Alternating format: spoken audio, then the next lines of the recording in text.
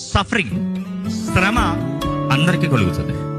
ధనవంతుడేంటి, పేదోడేంటి, గొప్పోడేంటి, అల్పుడేంటి, దీనుడేంటి, జ్ఞాని ఏంటి, ఎవడన్నా అవనే శ్రమలు అందరికీ ఉంటాయి. This is the reality. శ్రమలు వచ్చినప్పుడు చేతకండంలా బెదిరిపోతుంది, చేతకండంలా టెన్షన్ అయిపోతుంది. రెండు రకాల మనుషులు కామన్ గా చూస్తాం, the wise and the fools. ఎలాగ తెలుసా?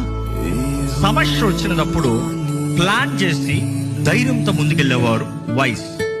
సమస్య వచ్చినప్పుడు పీరికొల్లాగా బెదిరిపి పారిపోతున్న ప్రయత్నం చేసిన వాళ్ళు ఫూల్స్. ఈ రోజు బైబిల్ ఒక షూరిటీ మనకి ఇస్తుంది, శ్రమలు నీకు వస్తాయి, శ్రమలు సహించువాడు. తెలీదా మాట?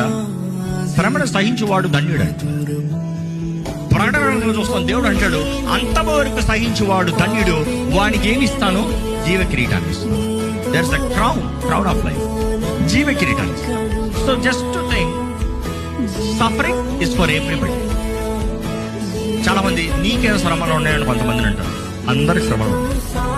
నేను పేదోడిని, నాకు మాత్రం లేదు, పోయి ధనవంతున్నాడు శ్రమలు ఉన్నాడు. వాళ్ళ శ్రమలు ఎన్నో. అయ్యి బాబా దేవాన స్తోత్రం, నా జీవితాన్ని ఇంత తెలియజేసి ఉంటాం. ఈ రోజు నీ లెవెల్ తగినట్టు నీ శ్రమలు అందరికీ ఉన్నాయి. So suffering is for everybody. కానీ సఫరింగ్ లో దేవుడు అనేక సార్లు దేవుని బిడ్డలకి సఫరింగ్ అనుమతిస్తాము. It is to purify or clarify. మనం క్లారిటీలో తీసుకొస్తానికి మనల్ని ప్యూరిఫై చేస్తాం. ఇంకో మాట చెప్పాలంటే, బంగారాన్ని తీసి అగ్నిలో పెడతాం. దేని కొరకు? బంగారపు విలువ ఏంటి పరీక్షిస్తానికి, లేకపోతే ఆ బంగారాన్ని ప్రాసెస్, లేకపోతే